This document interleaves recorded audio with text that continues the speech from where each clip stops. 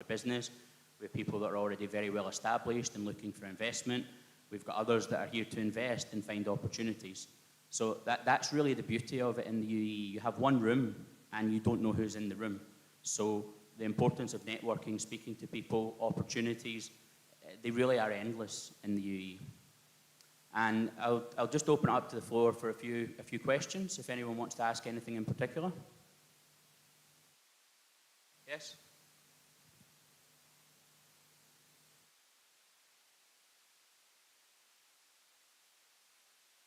What?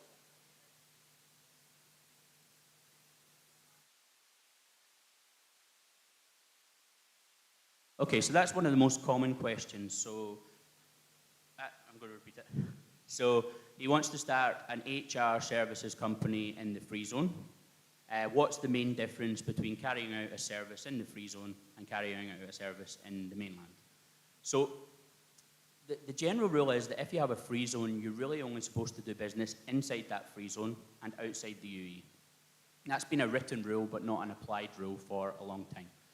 Now, what we've found is that over time, the practice has pushed those boundaries. So, for example, if you trade, you can't trade directly to the consumer, so what's the solution? You get a distributor. The distributor comes into the free zone, collects the goods, clears customs, delivers it to your client. And that has also applied to services as well. So if you provide the services, whether it be HR services, legal services, digital marketing, you can quite freely do it from a free zone or from the mainland. With a free zone, you're not really supposed to do it in person outside of the free zone. So as long as you're providing the service remotely, it's absolutely fine. Now, what you will find is that there are some limitations to that. So if you have a client that's government or quasi-government, then generally they will only deal with mainland companies. If you deal with a school, if you deal with a large construction company, if you deal with certain types of company, their procurement process will only allow them to deal with mainland companies. However, if your budget is low and you want to get up and running, you want to test the concept, there's no reason why an HR consultancy can't start in the free zone.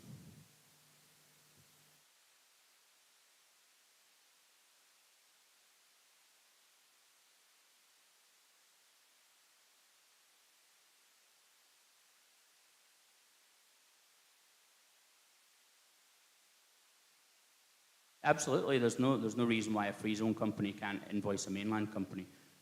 John will run you through that, but it'll likely have tax implications. But free zone provides services to mainland every day. It's a common misconception that you can't invoice. What we'll do is we'll keep the flow going just now in terms of the presentations, and I'm going to join the panel, I believe, where we can have some extra questions later on. Thank you very much, Gary. Guys, a big hand for Gary Thompson. We hadn't originally scheduled Gary to join the panel discussion, but I've seen a few hands up there. We're going to add Gary to the panel, so please think of your questions, save your questions, and we'll get them to the experts during that discussion. Now, next up is a guy who has become the face of corporate tax in the UAE. He's been on the billboards of Sheikh Zayed Road, he's been front cover of the magazines, he's doing one webinar a day, I think, for the last 12 months, so everybody should know about corporate tax. And if you don't, he's here to tell you all about it. Please welcome John Casey.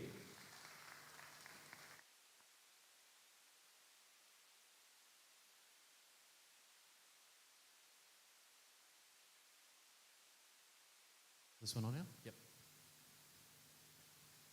Thank you, Paul, for that illustrious introduction. So look, I've been fortunate or unfortunate enough to have worked in the tax space in New Zealand, Australia, the UK, Saudi, Oman, and what I will say is that here in the UAE, we have been given a, I would say, lenient or friendly tax regime. Okay, when you compare it to some of the other tax regimes that we see around the world, the ministry here has given us some very favourable exemptions, relief rules, under certain conditions. Okay, and so when you are starting up a company here in the UAE, the most important thing from a corporate tax perspective is to ensure that you are setting up a structure that gives you the best pathway to taking advantage or availing one of those exemptions. Okay? You're going to get a lot of, or a myriad of things to take away today to consider when you're starting up a company. When it comes to corporate tax, it really boils down to two things. Okay? Where will your clients be located, and what will your activities be? I know it sounds very, very simple, but they're quite broad questions. The reason we look at these two is that the exemptions that rely on the answers to those two questions, those exemptions also rely on the jurisdiction where your company is. So what does that actually mean? So, in a perfect world, you would know without a doubt, the answers to those two questions, right? But in reality, if you're just starting up your business, you might have no idea, or you might just have an indication. If you knew the answer to these two questions, no problem. You'd be able to set up a structure that gives you the pathway to one of these exemptions without breaking a sweat. The reality, you probably don't know the answer, you have a bit of uncertainty, and so you need to be giving yourself the best chance from your structure to avail one of these exemptions. So what does this look like in practice? So a couple of very basic examples, right? Let's say that you want to open a B2B trading company, all right? You know that that's going to be your activity.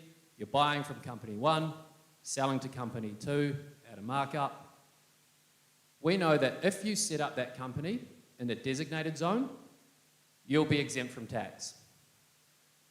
If you set up that company in a standard free zone, you won't be exempt from tax.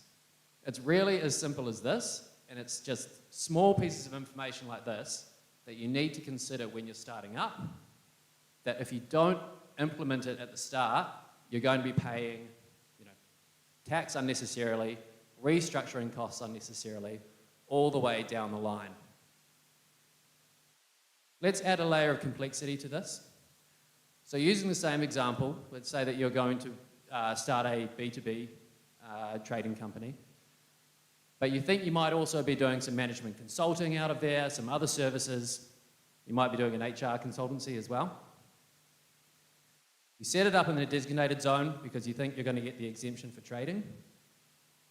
However, the revenue that comes in, or the earnings that come in from those other activities, can spoil the entire revenue pool of your trading company, and you lose the exemption completely.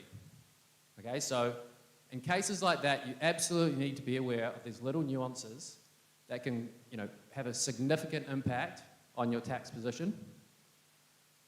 It's so important to have this right in advance, because not only do you have to pay for the restructure or pay for tax unnecessarily, but for these exemptions, if you miss out, you're disqualified for 5 years. Okay, this is the only sort of area where, the FTA gives you some nice, lenient exemptions, but if you don't live up to them, sorry, you're out, come back in 5 years. So please, please, please, when you are looking at starting your business, consider these two questions, get as much information as you can, and then put together a structure that gives you the best chance or the best pathway to getting one of these exemptions. So, that is for a business that is just starting up. I know a lot of you here probably already have active businesses, so we'll go through and just jump on to some of the, we'll talk through what those exemptions actually are. Hopefully this is going to be good news for some of you, and I'm not going to be telling you that you've lost an exemption. So if we jump to the next slide. So a free zone, a company in the UAE basically has 4 layers that they need to fail before they pay any tax. The first layer, or the first exemption that we look at, is what I refer to as the geography exemption. Okay, so if you're a free zone company, and this is what Gary was sort of alluding to before, if you're a free zone company and you only do business with other free zone businesses, right, so you just exist in the free zone bubble, you can qualify for an exemption from corporate tax. Great. But the reality is most free zone businesses don't just exist in the free zone. They have clients inside the UAE, they have clients outside the UAE. So if you fail that first criteria, you go down to the next layer. And this is the layer where it gets a little bit complex. This is when you start looking at the activities of the business. And this is where the ministry has said, here is a list of activities. If you are doing one of these activities, it doesn't matter where your clients are, you will qualify for an exemption from corporate tax. Now, the list is very much focused on heavy industry. You're looking at things like trading in aircraft, shipping, manufacturing. But for SMEs, there are some little nuggets in there that are really, really good, such as B2B trading from a designated zone, such as logistics, holding companies, trading in commodities, that as the laws continually get released, we're finding out that these laws are becoming more and more lenient and allowing more businesses to be exempt from corporate tax. Say that you are a free zone company. You have clients outside the UAE, so outside the free zone bubble. You don't have a qualifying activity. So you've missed out on the first two criteria. Do not worry. If you are a startup, especially, there is an exemption called small business relief. Now, this rule says that if your revenue is less than 3 million dirhams, you're exempt from corporate tax, at least for the first 3 years. So this really applies, we found this applies obviously to a lot of startups, a lot of smaller businesses that have been very focused on these free zone exemptions, are realizing that they don't meet the exemptions, but now are realizing that there is still a lifeline so that they're exempt. I should pause here to say, even if you're exempt from paying tax, please don't forget about all of the compliance steps. So you still need to register, still need to file a tax return, and most importantly, you need to do proper accounting. All right, just quickly, I'll quickly talk about the fourth layer, which is when we talk about an actual taxable profit. So using that example before, so you're a free zone company, but clients outside the UAE, you don't do a qualifying activity. If your revenue is more than 3 million, only then do you become a taxable business, and you only pay tax on your profit over 375,000. So first $100,000 or first 375,000 dirhams, tax-free. It's only 9% on top of that. So you've got to fall through all of those layers before you even pay any tax. And for those of you, again, that are just looking at starting up a business, these are the things that you need to look at when putting in place your structure. Okay. So you've started your business, you're up and running. You need to know about the compliance steps. This is where we are seeing lots of fines being handed out. The first deadline for corporate tax registration is coming up at the end of this week. Please, I hope that if you have an existing business, you have already registered for corporate tax. If you haven't, get it done this week. There are rules around it, staggered deadlines, but there's no point in waiting, please. There's no exemptions. You just need to get on and do it. The fine for missing your corporate tax deadline is 10,000 dirhams. That one's been pretty well publicised. The one that hasn't been publicised as much is around accounting records. The FTA, the ministry here, like I said, is giving us a very lenient tax regime. In return, they are asking that you keep correct accounting records to prove that you qualify for one of these exemptions. The fines are very hefty for this. If you don't keep your accounting records up to their standard, it's 10,000 straight off the bat, goes up to 20,000 if you can't rectify it. It's very hard to go back and retrospectively do your accounting after a tax period. So please get onto it straight away. The only other one that I'd sort of like to touch on, because the fines are so big, are economic substance regulations. If you're just starting up a business now, you don't need to worry about it this year, but next year it's something you really need to consider. Fines go up very, very quickly for that.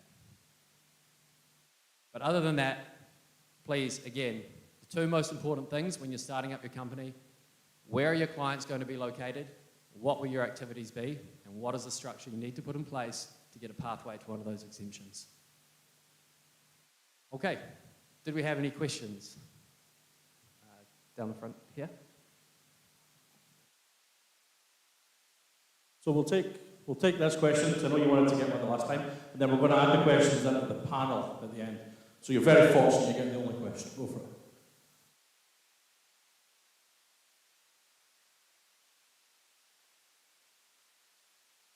So you mentioned about the activity that we need to focus on when we start up the business. So I have a small creative agency in Free Zone, and Gary was talking about how if you haven't grown after a certain period of time, you might need to start all over again. So I wanted to ask about what that means and what would be the tax implications for, let's say, me who has a RACAS license that just started. So the list of activities that qualify for an exemption, so the business activities that qualify, generally don't include any kinds of services. So not HR services, not marketing services, anything like that. So what you'd be looking at is the small business relief. So if you've just started out and your revenue is less than 3 million, then you're still not going to be paying any corporate tax. You just need to make sure that you comply with all those, the compliance points. Otherwise, you're going to end up paying more than tax and penalties. But in the short term, you just need to go through those compliance steps. Yeah. Thank you very much, John. Thanks for answering the question. And thank you for doing your best to make tax sound interesting. You're the only guy I know that is able to do that. Now, big hand for John Casey. Thank you. Now, before we move on to the panel discussion, we do have something that we'd like to share with you guys. Something that we've been working on as a company for quite some time, since the start of the year. We've been around for 15 years, so 16 years. What I'd like to do is invite someone at the stage. Neil Petch is the chairman of Virtual Zone, but he's also the pioneer of business setup in the UAE, the guy that solved the pain point for everyone way back when. Some call him the godfather of company setup. Welcome to the stage, Neil Petch.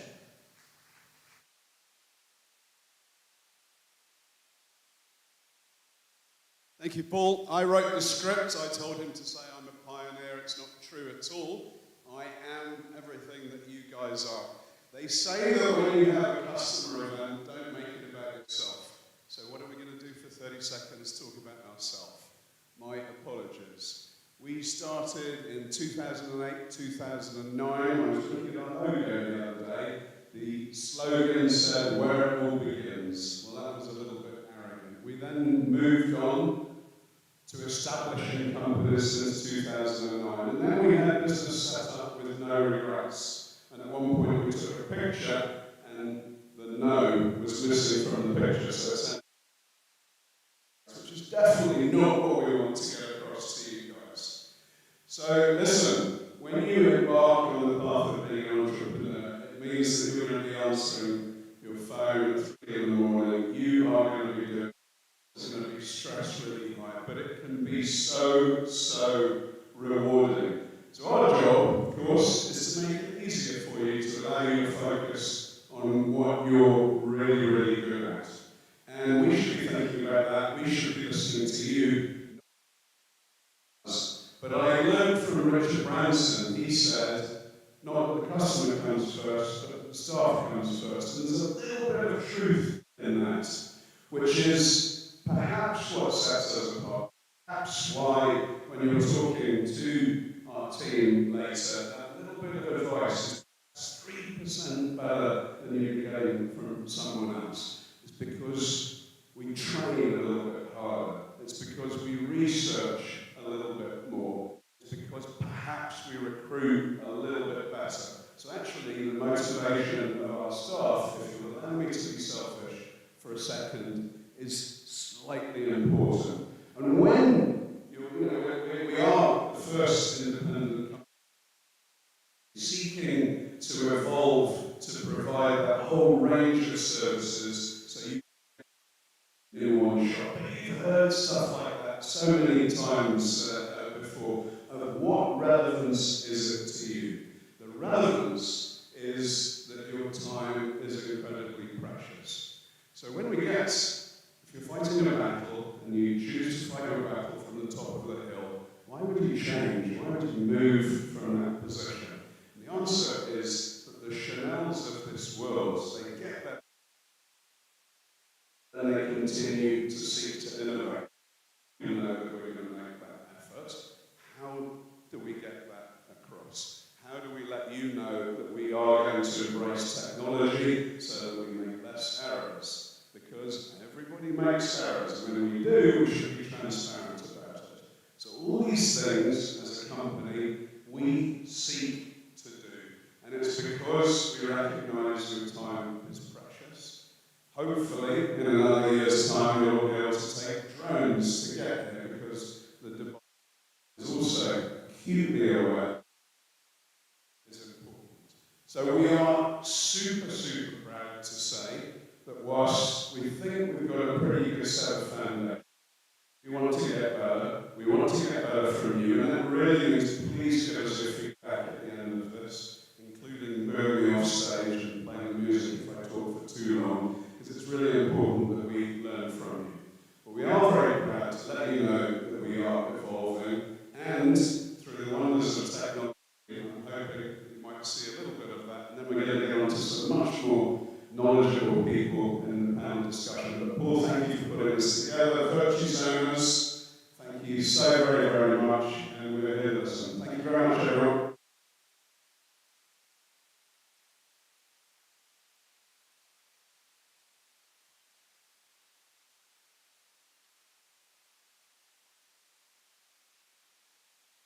What is a business when you boil it down?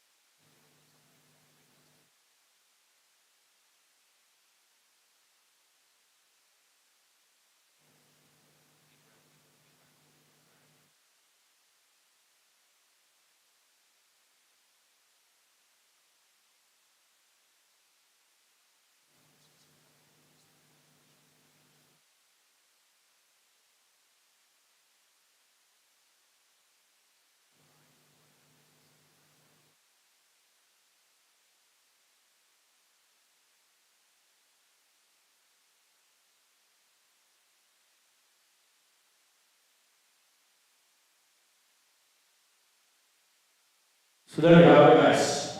While we're on the subject of the gift of time, that is something that I'm hoping that our panel gift you today. It's going to save you time, allow you to focus on delivering your product, delivering your service, and save you the headache and the heartache, and how to avoid the potential landmines and pitfalls that come with running a business here in the UAE. So if I could please invite all the panelists to join me on the stage right now. We'll get underway, so please give them a hand. Welcome your panel.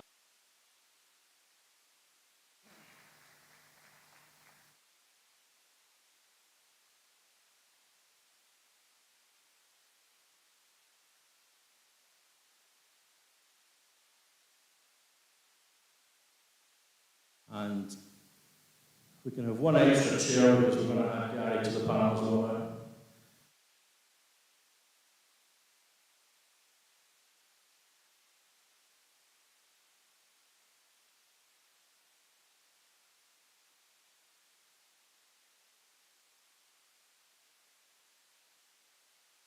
He's came prepared, he's brought us on a chair, very well done.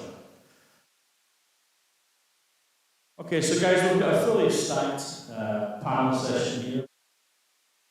Last year with a fantastic panel, I think, up to our game again, brought us big hitters, some of the biggest brands in the industry, and some of these guys you'll know and have heard of. But what I'm going to ask them to do now is, if they could just each give us 30 seconds of who they are, who they work for, the company they own, if that, and just let us know a little bit about themselves, and then we'll start moving through this.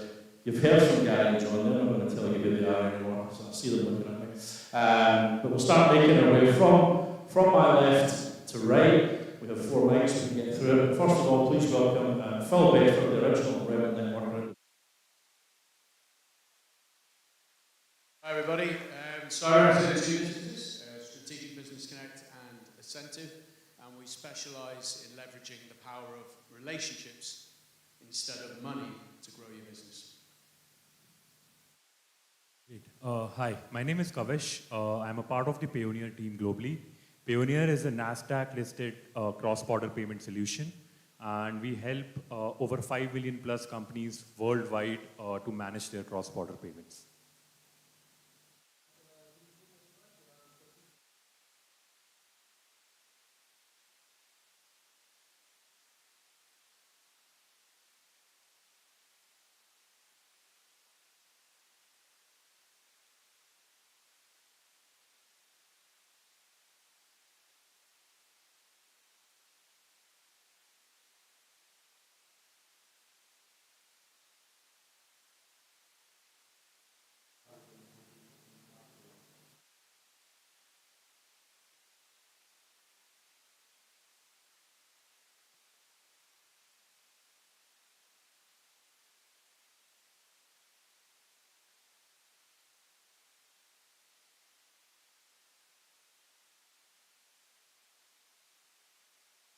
Okay. Right, so the goal here is we don't want to...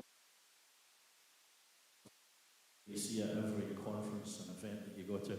So we want to try and keep it flowing and truthful. And I think Gary and John gave us a really good oversight on how to set up a business and what you should think about from a taxation standpoint. But I'd love to start with Pratik from Weo Bank, because there's no point in having a business and a trade license if you can't get a bank account open, and banking has historically been quite difficult from a business standpoint here in the UAE. So tell us, how should somebody start reverse engineering the process, perhaps looking at, can I get a bank account open first of all with this trade license, with this business? What should they think about when they're setting up a business? So we try to simplify the entire account opening process. And we recognize that startups are struggling to open bank accounts, and it took often 90 days or more to kind of open that account. So we've kind of digitized the entire process, wherein as soon as someone gets a trade license, an Emirates ID, they can start the account opening process. And the entire process is digital. All your trade licenses, board resolutions, everything can be uploaded through a simple app. The process takes a couple of minutes to complete.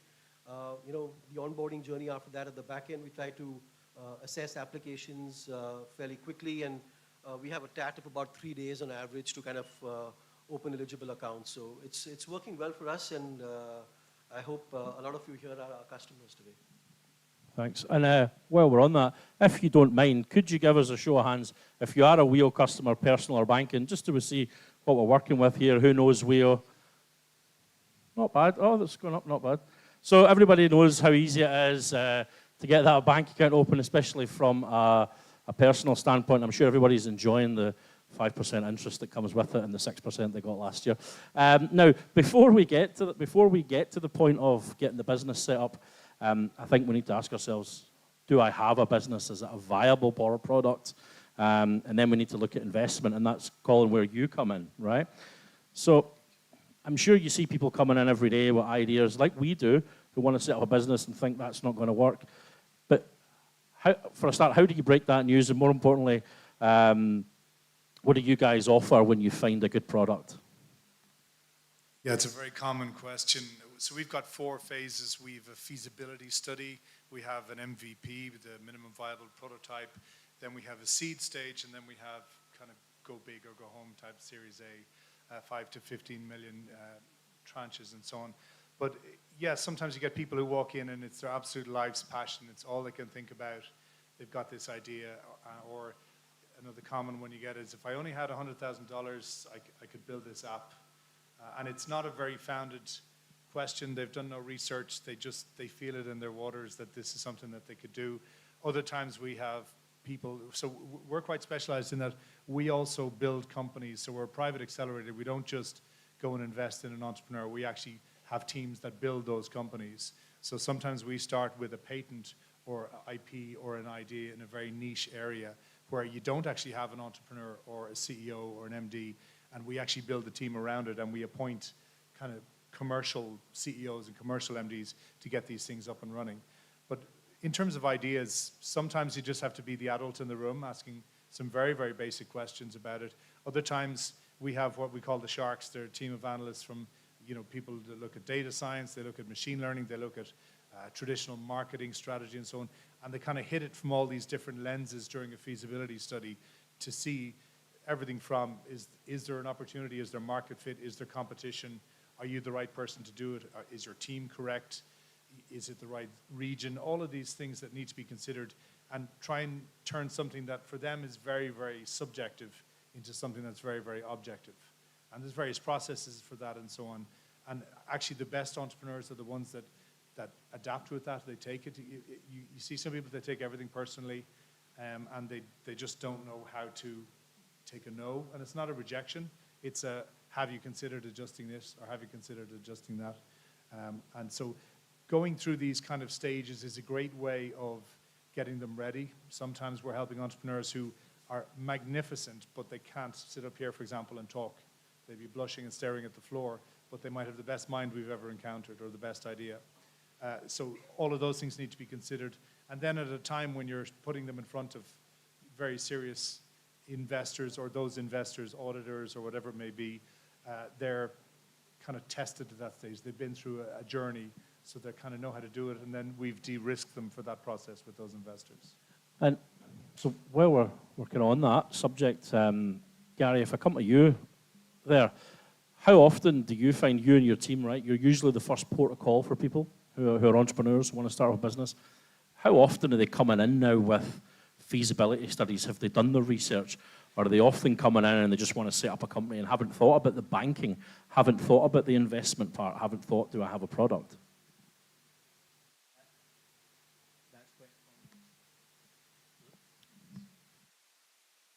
Yeah, that's quite a common issue. Someone has a good idea and they think that's a business. We often play devil's advocate. We ask the questions that the customer doesn't want to hear. We ask them what they would do if something goes wrong. And we kind of try and push them to develop their business and make sure that they have a strategy. Like, one of the most common phrases I say is, you should always have a business plan. It doesn't matter if it's one page. You should always have a plan and you can grow on it. You don't necessarily have to follow it, but it's a starting point. And as compliance has been introduced and running a company is going to become more expensive, people who are scraping together 6,000 dirhams to pay for a license at the cheapest possible cost, realistically, they're never going to be successful in business. So it's really trying to get that message across in a nice way. Thanks. And I think, to follow from that, it's common, and I think I've been structuring companies here for the last 12 years as well, and I would say the people that tend to be the most successful are the people that have gone, looked for investment, came with a business plan, but it's not the only way to do it, right? There's no formula there. You can just have your idea.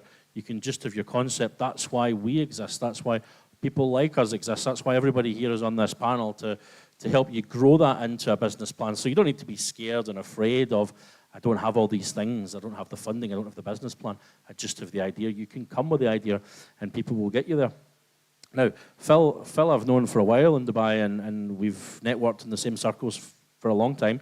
But when I think Colin mentioned some of the guys will come up here, some entrepreneurs could come up, they're not comfortable to talk, they're not comfortable to introduce yourself. And we know how important it is to network in Dubai. Often it's who you know, not what you know. Could you tell us a bit about that and what people need to think about when they set up a business? What do they need to think about in terms of, have I got a network and how do I build one?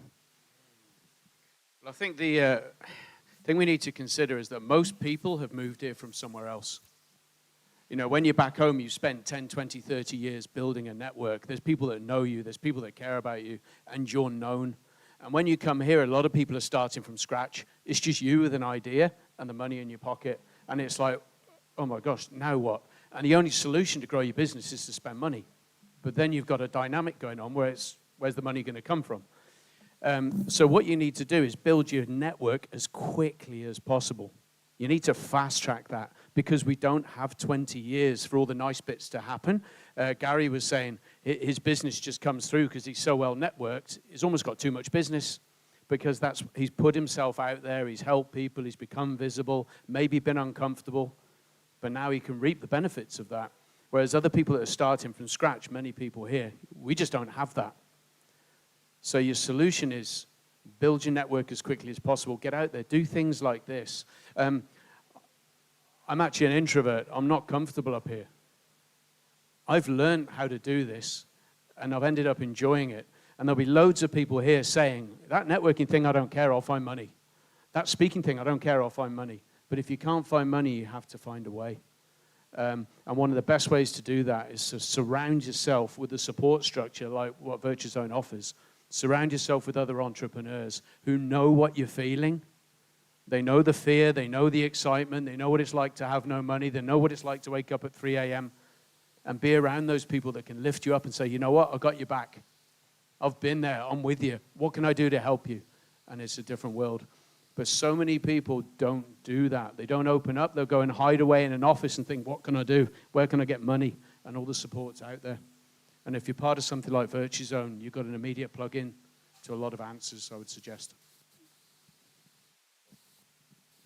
Thank you very much, Phil. And perhaps Phil will give you a couple of pointers. Before we finish up here, and we have a little bit of networking between yourselves under that VirtuZone umbrella where we're proud to have brought you together, perhaps Phil will give you a couple of extra pointers on how to do that and how to be effective. And I think one thing I always remember from speaking to you a long time ago was, so everybody's here, we're going to network later. There's about 300 people in the room. And likely there's about 300 sellers in the room, but there's not 300 buyers. Now, if nobody's came here to buy, then nobody's going to sell, right? So the important thing is not to think of, I'm here to pitch my services, I'm here to pitch my product to someone. Is get to know people, find out what they do, find out how you can help them. Perhaps you've got someone that needs their product or service, and then that will come back to you. So it's not always about selling your product and selling yourself. It's about how you can help other people and how you can refer business, referral market and referral network, and the best way to do it. And Phil's the guy in Dubai for that. Now, if I was to move to Kavish here from Payoneer, I think, and I know recently because some of my clients have just set up e-commerce businesses, and people think, I'll set up the website and I'll get that bank account, and it's really easy from there, right? But it's not that easy, is it? There's a lot of things to think about when it comes to online payments, cross-border transactions, multi-currency transactions. what things should people think about, Kavish, and what are the landmines that they need to navigate around? Great. So I'll take a step back here to the question and try to break it down into multiple parts. I think in my 10 years of fintech experience alone, I've seen the journey of merchants growing from a $5,000 monthly business to a few $1 million monthly business. So I'll put together all those learnings into one, and I think those would be super helpful for a lot of you. And I think merchants that have scaled globally with a business and a product, be it e-commerce, selling on Amazon, or on Noon, or on Walmart, or exporting a service, there are some things that I have found common in these people. One, very early on, they started exporting their services outside their core geography. So if you are a UAE business or you are a local business, how quickly can you get clients outside your current location? That's number one. Number two, how can you build a team that is global in nature and build an entire network of support functions, be it suppliers, if you are an e-commerce, or be it like an exporter or a service company, how you could basically have a network outside where you are. And number three, and the most important one, connecting back to you, is the network effect. Most of the growth that we have seen as Payoneer globally is because of the help of network effects all over the globe. It is very important with most of the successful merchants that I have seen that have grown from 0 to 1. I have seen the most important thing that they had was core talent. But the thing that took really talented people from 1 to 100 was the fact that they were able to build small, very small, and then scale those networks into something really big. So I believe UAE, the people that are here in this room right now, maybe a few hundred of you, you were able to get from 0 to 1 by being in UAE as a market. But the power of the region and this overall geography is the fact that it is very easy to get from 1 to 100, but just by building the right network. So if you have the product, if you know how to export globally, if you have clients outside the UAE or anywhere in the world, you could run a business with a UAE company, a US company, a UK company. All of that, of course, you could do with Payoneer, manage the payments, but keeping payments aside, I think the most important thing is to basically building a strong network globally and building systems that scale very, very fast. So something that I really like from Jeff Bezos' annual report that they do every year for Amazon, which has an excerpt from 1998, their first shareholder meeting. For any experiment that you're doing anywhere in the world, be it UAE, it is important to fail fast. And I think that's the most important learning that I've seen in successful merchants, is that they fail fast, they build strong networks, and are able to create products, export services, sell on marketplaces anywhere globally right from where they are. So what's the first thing that these people want to set up an e-commerce business? What's the first thing they should do when they're thinking about setting up an online payment system? So if you're setting up an online payment system, it is important to first figure out what your pay-in and pay-out needs are. So if you are planning to sell on Amazon in the US, or if you are planning to sell on Walmart, or you're planning to sell on any other marketplace in the Europe, for example, the most important thing is which currencies do you plan to sell in? That's number one. Number two, where are most of your suppliers based out of, and how do you plan to pay out? The fundamental part of the business is pay in and pay out. Everything else outside that business is not P0 or P1, like you say in project management. So the most important thing is to find out where your pay in and pay out needs are, and based on that, you should select your payment solution. Okay, thank you very much, Kavish. Thank you. And bear in mind, if you've got any questions about anything that we're talking about tonight, or anything that you think any of our panelists might know, we'll have a couple of Roman mics doing the rounds in the next couple of minutes, and we can start taking those questions now. John, we've covered a lot of things here about how to set up a business and what you need to consider from a networking standpoint and a banking standpoint. But people who have businesses, the number one thing that I've been hearing for the last year, 2 years, is when tax comes in, I'm just going to increase my expenses, to bring my profit down. I'm going to pay myself $1 million dirhams a month, and that'll make it easy. tell us what are the things, just succinctly, the things that people need to think about what they can and can't do when it comes to tax, and do they need to pay tax? So, is this one we? Yeah. So just a reminder that you'd only be in a taxable position if you fall through all of those quite lenient, exemptions that are available. But really, you've got to have robust reporting in place. You've just got to be aware of some of the small rules that will impact your tax position.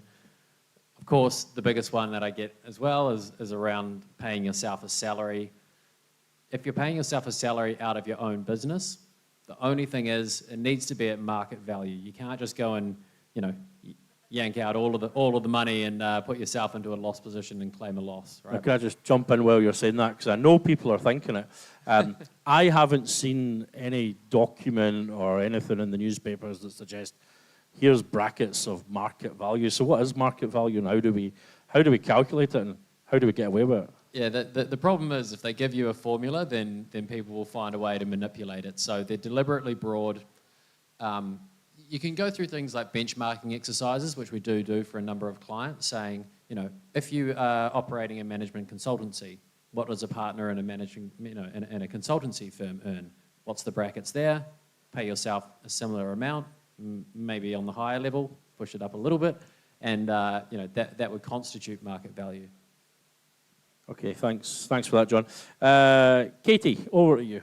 I spoke to a couple of people here. There's a lot of people interested in crypto as an industry, and there's a few crypto experts in the room that can identify themselves later, and if you want to kind of approach them, you can also do that. So there's a couple of ones in the room also.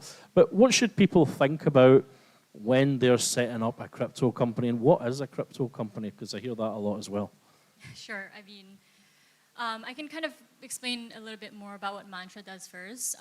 So we're kind of different from, like, I'm sure you guys have heard of Binance and Crypto.com. We're different in the sense we actually build decentralized products. So we build products on chain and the blockchain technology. So I mean, first advice would be talk to Gary. I mean, it seems where to navigate you within Dubai. So obviously that would really help. But I think the biggest kind of, advice I would give is talk to the regulators here, because actually of different countries. Hello? Okay. So like we've obviously explored regulatory environments in the US, in Singapore, in Liechtenstein even.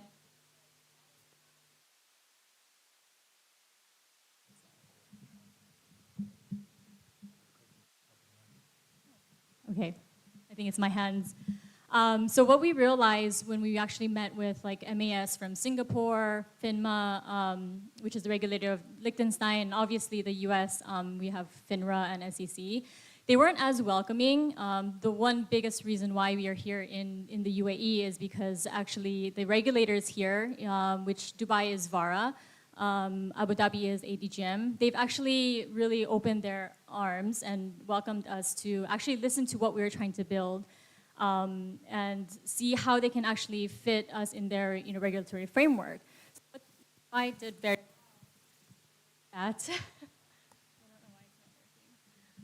What VARA did very well, which we're actually getting regulated under them, is that when these different regulators, for example, in Singapore, were kicking out projects that were crypto projects, we're actually welcoming projects like Binance, Crypto.com, Bybit. A lot of them are actually even licensed now and fully operating.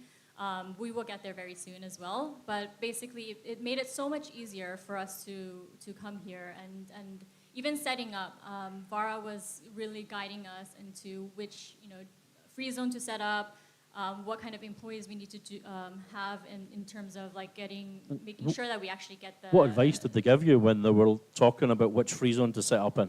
So basically, VARA is in the Dubai World Trade Center. So at that time, we were early here when they actually launched. So we were part of the MVP program. And at that time of the licensing period, we were actually advised to set up in DWTC. I'm gonna have to say that was pretty much a condition that we had to do. But given that they were, that was their home ground, it was very, very straightforward and efficient for us to set up there. I'm gonna call out some of the banks here because it was very difficult for us to open a bank as a crypto company. But with Hearsay and given that the ecosystem here is quite strong within itself in crypto, we were like, hey, which banks are crypto friendly? And we all kind of went to these banks to set up. I think when you're in a highly regulated industry and you are one of the first licenses to be issued in that industry, depending on the risk appetite of the bank, it can be very difficult. We can put Pratik on the spot. I don't think he'll mind if we ask him. What's the stance when it comes to crypto companies? What do you guys look at? Is there interest or no interest at the moment? Well, look, I think with VARA and all the regulation that's coming around, we're just waiting for that to get formalized. We're also looking at how we can enter the whole crypto space on the wealth side of things. We're exploring that quite eagerly. So we're open. We will be open in the future. I think right now it depends on the company itself in terms of what services they offer, whether it's a closed loop, whether it's open with transfers. There's a lot of gray in all of this.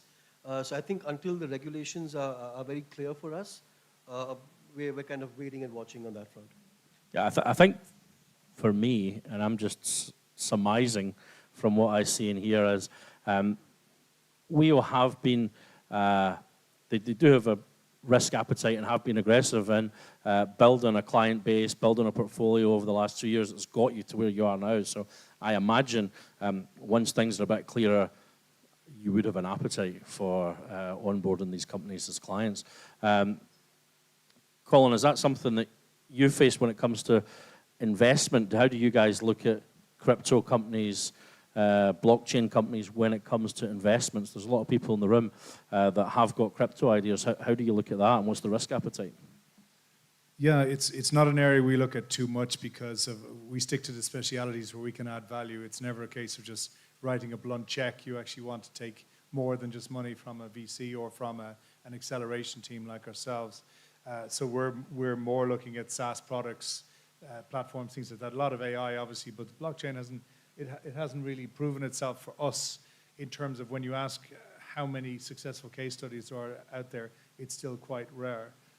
But add to that the actual people, like it's the people you're looking at to see what they're going along with, what they're bringing and so on, and they tend to travel in clusters. Yeah.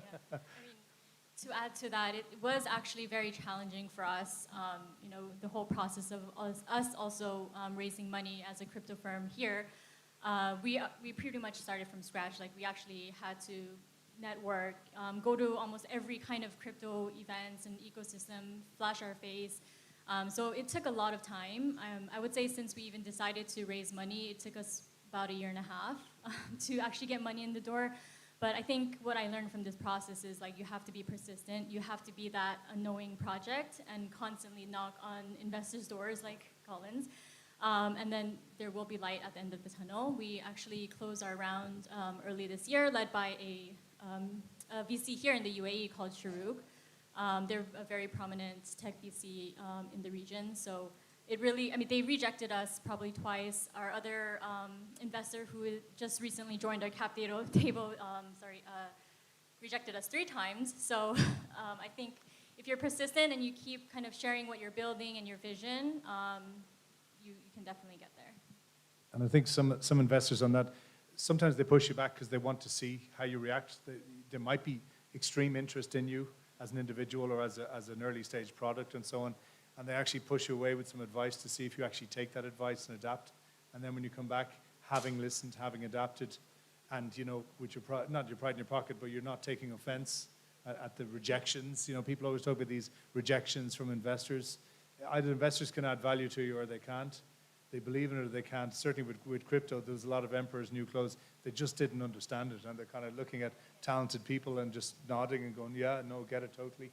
Haven't got a clue what it's about or how to implement it, or they just think of the hardware behind it and the coding, and they think this is going to cost a fortune. I can't see any return on investment on this as well. And back to Katie, actually, something you said there about blockchain made me think, are there any promising trends in blockchain that entrepreneurs in the UAE should be paying attention to? Definitely, I think a lot of the hot topic of this year is tokenization of real-world assets. So we're also launching a chain this year. It's very exciting for us, and basically we want to democratize the access to illiquid assets, or even traditionally difficult to access assets, and bring it on chain. I think that's a very big topic that's available to not only retail but also institutions. Obviously, you have like a huge scale of what's popular in the industry. You have the meme coins that it makes no sense how they're valued at $1 billion. But there's also substance coming in, like us trying to bridge the gaps between traditional finance to obviously crypto as well, or blockchain in that sense. So. Thank you. Yeah. And for me, a lot of the language that you use there is alien, right? So I'm just trying to get my head around it. I'm sure it can be for some of the other panelists and some of the audience. Phil, how do you find that when you get these crypto guys in a room that speaks a different language and they're a network, how do they perform? Are they good networkers, or are they introverts and are they shy? Got to be honest, we don't get many. Not many crypto people networking. We get a couple, but no, not many. So I wouldn't say you're any worse networkers than anyone else. I think with a lot of people, the biggest problem is they don't really understand what networking is. And Paul, you alluded to that earlier on. The biggest challenge with a lot of people, and the reason they don't network, is because they think they have to walk into a group of strangers and sell. And actually, that's what you don't do. It's actually, the secret is to look at the person in front of you and you realize, well, actually, if I didn't sell to you, instead, if I found out who you were and you liked me, you might give me access to the 500 people you know. But people are so busy just looking at that person and going, no buy, no buy, no buy, no buy. But instead, going through, then we can exponentially grow. So I know I alluded a little bit away from your question, but no worse than anybody else. Could I add to that as well? Just from my own personal experience of Dubai and setting up here, everyone I met, there's this lovely attitude of, what can I do to help you? I think people are very open-minded. As you said, most people are from overseas, or they're a division of a firm that's over here and so on. And truly, your network is your net worth when it comes to what you're going to do. We much prefer warm introductions than just terribly phrased emails, or and they consider that a rejection because you don't get back to them. You've got 1,000 of them, and you've got 12 people that have been introduced. So there's trust there. There's introductions. There's opportunities, or you might have seen them in action somewhere else. So Dubai has been a fantastic place to just shake someone's hand, have a sincere conversation, and try and help them before they try and help you, or you're not selling to them. The best attitude is just, can you help others? And maybe they can help you at some stage. Thanks for sharing that. I think it's important to realise that. And some of us have been in Dubai a long time. Some of us are fairly new to Dubai, even on the panel. And I think when you said most people come from overseas to come here. At home, we often just have jobs, but we've come here to work, and that's the difference, right? And you find that population that's come here to work, that roll the sleeves up, they are more interested in getting business done. We don't just have jobs. So you'll find that there's a lot of support on the ground for entrepreneurs. There's a lot of business groups, all in different places. Some are new, some have been around forever. Probably the crypto guys go to the crypto-themed groups. I know there are crypto-themed groups around Dubai, and half the panel go to them every Wednesday and have a few beers, I'm sure. But what I wanted to do was, if we can have a couple of microphones that we can roam around. I know that there was a few questions. You've got access to a fantastic panel. We have a couple of hands up right away. If I can go to the lady just here in the front row, just the second seat, if you could give us the first question. Who's it for, and what would you like to know? I have actually a couple of questions. So first of one, as starting a business, so do I require, like, I have an idea and I want to know do I need a proof of concept, or do you provide this service as well? This is first one. Second one is both for investors. So if I'm seeking an investor, what are the requirements for business, like feasibility study and so on? And also for investment, like, so for investors, like how is it going in UAE basically? Like, does it require company share? Does it require like an interest rate? Like how's the process goes? Thank you. So Gary, do you want to answer the first question on do I need a proof of concept in order to start a business? Not necessarily. If you have proof of concept, then obviously it de-risks it. So for some people, they're putting their life savings into starting a business. So if you don't know what works, you're taking a huge risk. So you can try it in your friend's network. You can try it with your friend's friend's network. And what Phil said is very, very important. It's about trying to get access to other people's network without trying to push, and sell to them. Like, looking across this room, people that I've met from networking and various things, we've got tech investors, we've got app developers, we've got a psychologist, we've got someone who works in Saudi, for Saudi Telecom, has a VC fund. So take this opportunity, speak to people in this room. We have a few hidden golden nuggets in the room that can give you advice and information. Make this your proof of concept. Ask people about it. Run your idea through them. Obviously, you don't want someone to steal your idea, but you can get proof of concept without spending money. I don't know exactly what you want to do, but be smart about it. And then the second part of the question was related to investment. Have you got that one, Cole? Yeah, I'd second that. First of all, the proof of concept might just be a very, very well-versed conversation. You might just be able to talk about it. I think if you tilt the microphone down, it goes off. So there's a great investment opportunity in inventing new microphones. I think we'd certainly invest in that as soon as possible, please.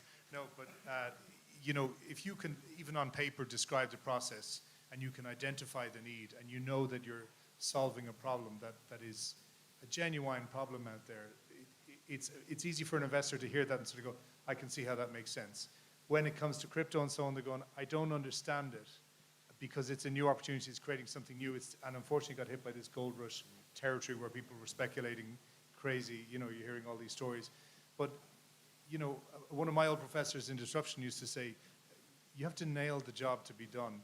So whatever problem you're trying to solve, it's the old Black and Decker thing. You don't buy a drill because you need a drill, you buy a drill because you need a hole. And then you put safety and reputation and product around it. But if you can say, look, here's a very, very specific problem, here's how I fix it. And particularly if it's something that's in a routine habit, like ordering a taxi or hopefully a drone soon or so on, and you can prove that this is improved either just by the numbers, by lifestyle, or by genuinely disrupting, which we're huge fans of is disruption, genuinely disrupting an industry, you'll get to talk to the right people, you'll get the right conversations. The reason we have kind of staged projects is just to take that sense through that process and challenge it heavily. So, you know, the guys we work with, they're usually exhausted by the time they get through these different phases, but they're tested, they're challenged, and they're areas where they're weak in. They might be brilliant at product design, but terrible about communicating it, as we said. And you kind of strengthen those things. None of that is, you know, a 500,000 MVP. That's just a great idea, very well communicated, identifying a problem. You know, the business plan is a good idea. You know, investors will push you back with a 12-slide pitch deck that says, send me a pitch deck. Not because it's just like, I'll talk to you in a month. It actually helps you formulate the process. And again, it's something you can do relatively for free as well. It doesn't have to be gorgeous. It just has to be deliberate. Thanks very much, Colin. Thank you for that. I think we had another question coming out of the front row. First of all, thank you for this amazing panel. It's starting from how to bring our money and save it, invest it, otherwise how to lose it. So, for entrepreneur, Gray told important how to choose your first decision in your business, how to be honest. All of company have to told you you set your for at free zone without any benefits, and the long distance in your vision, it will be lose everything. I start already. Sorry, it was breaking up a lot there, and it's a very long question, so I'm not catching it all. Could you just what's the question that you're asking? To be to the point, it's not direct questions, but I want this experience and relationship. We need to make this in to start your business. If you cannot.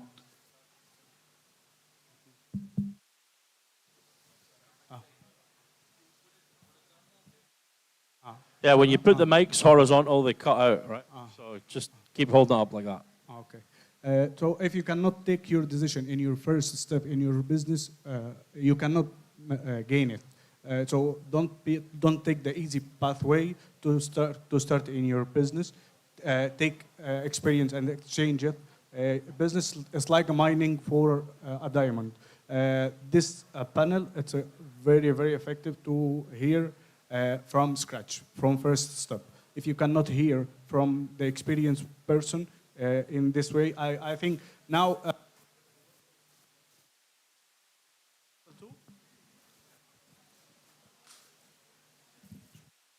Sorry.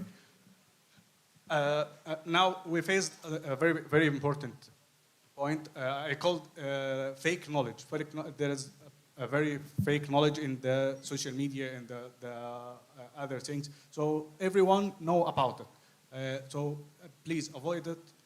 Hear from the first step. Hear from the experience. Take your. Sorry, can I just ask again? Have you got a question? Because if not, we'll move on to questions. To be honest, it's not a question, but it's advice. I think most of the attendee today is entrepreneur and looking for new opportunities and set up the business. So if you cannot hear, we are not. Do you want to swap? You want to swap? That's good. Okay. Thank you very much. Thank you. We're going to be opening up a networking opportunity after we're done here. We've got a question at the back, lady with the white jacket on. I think has got a question there. In the back row, if we can get a mic to her.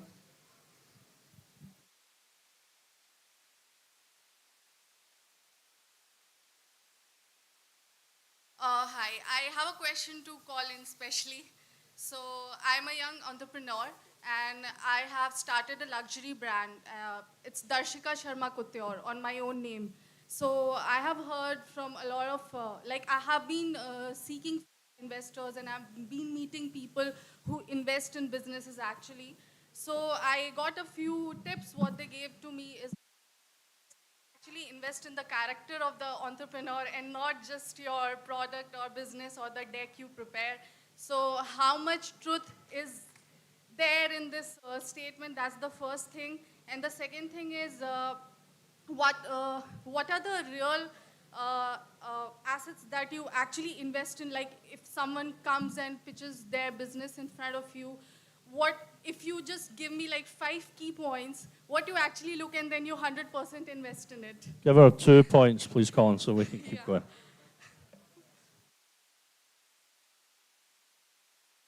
Hi, what's your name, by the way? Darshika. Nice to meet you. Nice to meet you too. So the first thing is, the person is very key. There's plenty of money out there. There's plenty of good ideas. There's very few people who can genuinely execute and see that through. So certainly your attributes as an entrepreneur are very key. It's the loneliest job in the world. You live in the pit of your stomach while you're doing all of this, and you've probably taken big risks just to get in front of these people and so on. So, that already separates you from a lot of people. But certainly, people talk about the resilience of being an entrepreneur, but you're also, you talk about fake advice on the internet. You also get these things, never quit, never surrender. Yeah. What I'd say is, be smart about it. Take the advice, listen to the advice, look at the figures in front of you, and be the adult to yourself about the advice you give yourself. If you see it's starting to grow, it's starting to respond, you're motivated by it, and people are responding to it, then you've got a business. If it's just you're getting no's in all direction and you're burning yourself out and you're spending all your money and so on, don't just persevere because you're an entrepreneur. Actually pivot possibly, but so when we're looking at these projects, we're looking at people who can sharpen under pressure. Obviously, to some people it seems quite easy, things like communication or strategy or planning, but then they're terrified of an Excel spreadsheet or there's some kind of weak points. So we do look for those things, not to kind of persecute you and say, we knew we were right about you, you're not the person. but it's actually, particularly in our continuous ventures approach, is say, you need help in these areas, so we've got people to help you with those kind of things. So hopefully that answers the first part of your question. The second part of your question, in terms of the advice, I keep on talking about these kind of blank rejections that people say, oh, you know, I've been rejected 500 times and I could have been Amazon. You know, you have to be very, very frank about those things. They're not necessarily rejections. They're actually just not a fit. So, for example, we would invest a lot in platforms. We do a lot in AI and so on. But we would only typically invest in areas where we know we can add value, that we can say, okay, well, look, actually, we've got operations in that market, so we can accelerate introductions for you as we talk about the network. Or, yes, we know you're on your way. You just need a check and for us to get out of your way and maybe give you an auditor to help you, or, you know, a designer to polish up what you're doing. It really depends on where we can add value. We'd never really add just blunt money, because we would just sit back and worry then at that stage. Or then you're saying, well, we need to put an auditor on your board or something. Thanks for that, Colin. Thank you. We've got time for 2 questions. I've got one down here in the front, and I think one at the back. Okay, so there's a couple. The panelists will be here to meet you after the panel as well, but we'll try and get through them as quickly as possible. If we could take 3 of them. If we can make them really quick questions and really quick answers, we can manage to get them in. Thank you. I have a question for John for tax purposes. It's that an individual who is working has a full-time employment visa, but yet over his free time he gives advice, and he is not generating 3 million, he's not generating 375,000 AED as his profit. Does he still have to register? Does this theoretical person have a license to be doing the advice? So there is a separate rule for people that are operating under freelancer licenses. They only have to register once their revenue hits 1 million dirhams. Okay, they are pretty much the only group, other than government entities, that can actually sit back and do nothing until they hit that revenue threshold. Every other company, every other type of company has to go through and register and do all of the compliance steps. Okay, thanks, John. So we have 2 more questions. First of all, there's a lady on my right here. Good evening, ladies and gentlemen. My name is Akinya Dongo from the MENA Africa Business Network. My question is very simple. It might be too simple, actually. As somebody who is yet to come to Dubai, what are the obvious red flags I should watch for? If somebody says that they can help me register a company in the UAE, if somebody says, don't worry, Grace, we will do everything for you. So what would you say, in your experience of opening companies, are the red flags I should look out for if somebody's approaching me? Thank you very much. I think Gary's going to take that one. I think the most obvious major red flag is if it sounds too good to be true, it probably is too good to be true. I personally have dealt with situations where people have promised the world. I've fallen for it myself, and you kick yourself after it. So what you have to do is you have to be diligent. You have to come to the UAE. You have to fact check what you're doing. You have to do your due diligence. Don't get caught up in the moment and rush into something just because it sounds good at the time. Other major red flags is anything you do in the UAE, if it involves you paying money first to get an opportunity, 99.9% of the time that's fraud. It's the most common thing that people fall for here. They get government documents, they get texts, they get different things. They've got to pay a 5,000 vendor fee. They pay that money and they make a mistake. The other red flag is that if you're dealing with 2 or 3 different companies in our field, for example, and 2 of the companies tell you it's going to take 2 weeks, but one of them tells you it's going to take 2 days, it's more likely than not the person that says it's going to take 2 days is just telling you what you want to hear so that they win your business. So you just have to be careful that who you're dealing with is reputable. Although most of the people here are out there willing to help, there are some bad eggs and you just need to be careful. Thanks, Gary. And then we have last question here in the front row. Thank you for being here. Thank you for organizing this. Quick question. As entrepreneurs, probably you need some help. Is there any plans from Virtuzone to just have more connections between entrepreneurs and freelancers to just connect with each other, except for the networking events like a digital job portal, would be really awesome, because you have 4,000 plus. Yeah, so as a Virtual Zone client, you essentially have access to our whole network. What we like to do is we like to be your first point of contact when you have any question. So I always say if we can't do it, we probably know someone who can, and more often than not, the someone who can is one of our clients. So if you have any questions, if you have any issues in your business journey, your first point of contact should either be the person that sold you the company or the person who's your relationship manager, because we'll try our best to connect you to the relevant people. We are working on a few technology pieces at the moment, which will build the network internally in a more structured fashion. We had that before, we're upgrading it. But yes, we do help. We say it's a supportive ecosystem, and we don't lie. We want you to do well, because our business model isn't based on a one-time transaction of you setting up. Our business model is based on you being successful, you growing, you renewing, and anything we can do to help you be successful is good for you, and it's good for us. Okay, lastly, actually, one bonus question. I did promise you earlier you get a question, so let's go for it. Thank you so much. Now that we are completed the corporate tax registration, all of a sudden we receive an email that we need to comply to ESR. Could we discuss this a little bit? Because I don't know if our company will fall under the requirements of ESL, but then we already complied with the AML.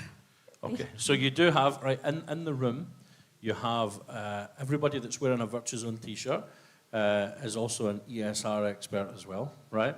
But perhaps, maybe John, if you want to give 20 seconds, the difference between ESR, GoAML, and tax registration. So ESR is basically to prove that you are actually running a business here in the UAE and that you're not operating a tax shelter effectively. Every business is different in terms of how it is assessed for this. There are no strict guidelines. The ministry keep it very broad deliberately. But like I said, like Paul said, have a chat to one of the staff here, because they can have a look at your specific business. Yeah, it's something that's probably going to be in depth in terms of the question and getting you a real tailored answer for what you need. So guys, thank you very much. If we could do a round of applause for the panel. We have the space here for the next 45 minutes. We still have some refreshments, so please enjoy the hospitality. Please feel free to grab the panel. Some of the panelists never got some questions. They have some great insights to share. I can't believe we weren't all over the bank for questions. That's usually the first one to get them. So please feel free, speak to the panel, speak to the staff. Thank you very much for coming. We hope to see you again next year. But don't be a stranger. We're down in Souk Al Bahar. We make a great coffee. So hopefully we'll see you in the office if we don't see you before the next event. Thank you very much, and safe journey home.